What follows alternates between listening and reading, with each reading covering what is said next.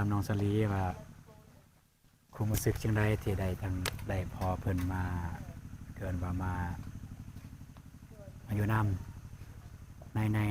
นมุมมองของน้องสลีเด้ออาจจะถาม ด้วยการที่แม่ได้มาได้การที่แม่ ได้ผัวใหม่มานี่ก็ซ้ำว่าผัวแล้วเนาะโดยเพราะว่ามา ผั กั วน มา แล้ อยู่ ว แล้วเป็นผัวแล้วแต่บ่ตุนก็บ่ได้ถามเมื่อกี้เพราะว่าฮู้อยู่ว่าเป็นผัวแล้วอ่าแต่ทางน้องสลีว่ามันไกลโพดเดี๋ยวทางน้องสลีว่าน้องสลีมีความรู้สึกแนวใดที่ทางแม่ได้ผัวใหม่แล้วก็มาอยู่นำจังซี่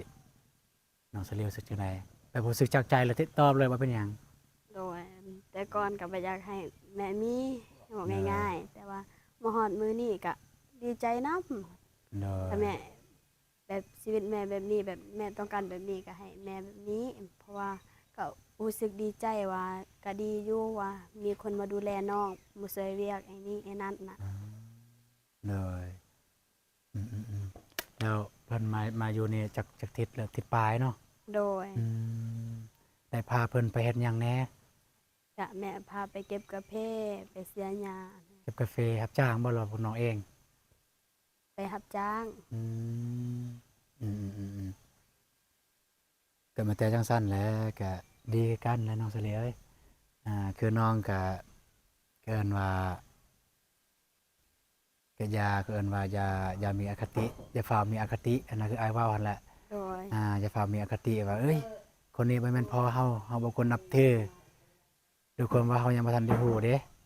โดย เฮายังบ่ทันได้ฮู้ใจคนเป็นคนแนวใดอะนะ โดย ก็ต้องเบิ่งให้มันเบิ่งให้มันละเอียดก่อนอืมเฮาจึงเว้า โดย ก็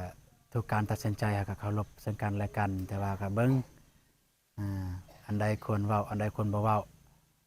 ถ้ามันดีเฮาก็เว้าถ้ามันบ่ดีเฮาก็บ่เว้า แล้วก็ถ้ามันดีเขาก็เฮ็ดไปถ้ามันบ่ดีก็บ่ต้องเฮ็ดนั่นน่ะโดย ก็มันแต่จังซั่นแหละน้องสลีโดย เนาะมันจะสิมืดสิค่ำเลยพี่น้องเอ้ยนี่เรือนน้องสลีแต่ว่าวิวหลักล้านเพิ่นว่านี่เบิ่งสิถ่ายรูปโดย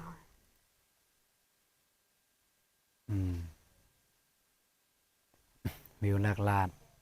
แต่ว่าวิวหลักล้านบ้านหลักแสนแฟนยังบ่มี น้องสลีว่าจะเฝ้าคิดเด้อได้แล้วบ่15 ปีปีนี้ ว่าเดือนว่ายัง